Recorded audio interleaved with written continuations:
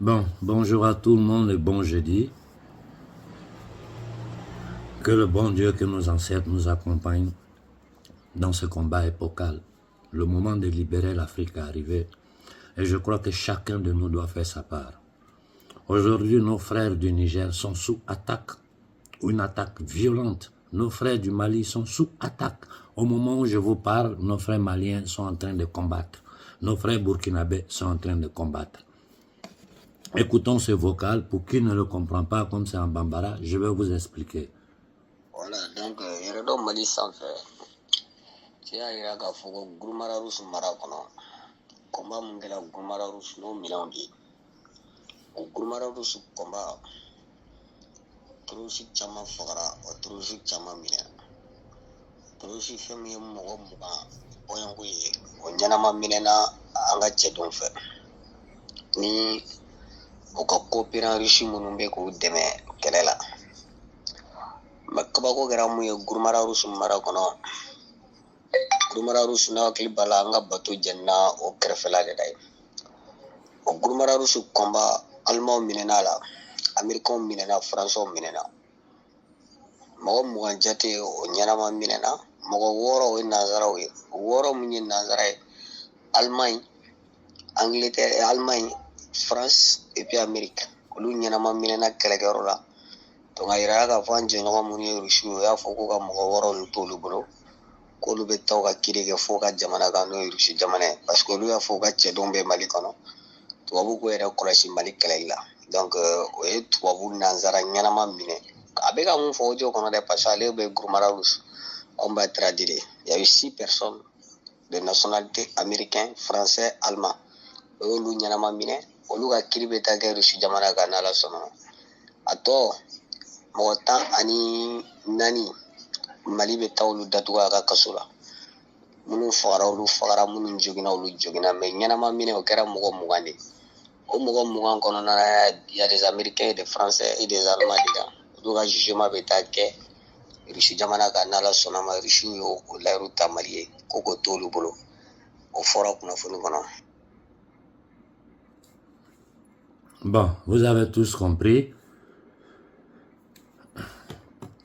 Encore une autre fois, nous avons pris des mercenaires français, allemands et américains sur le sol malien.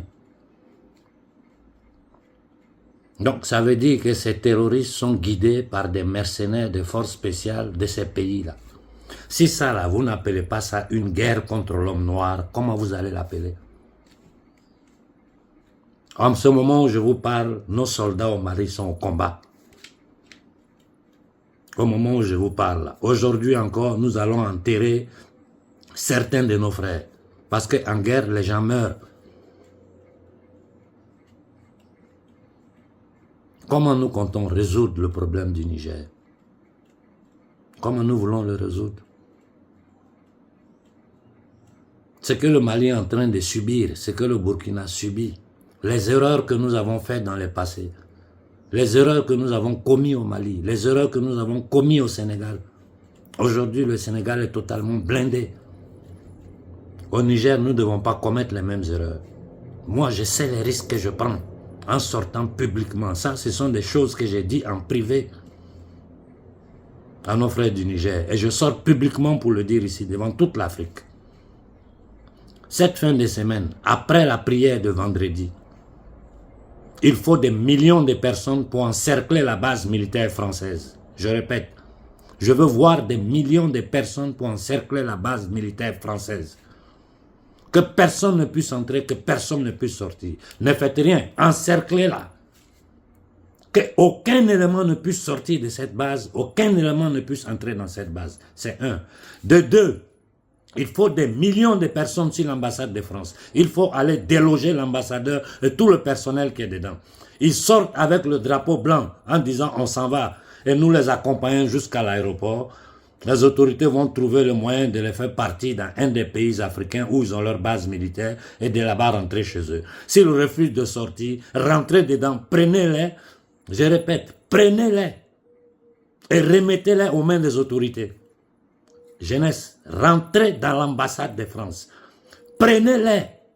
Ne tuez personne.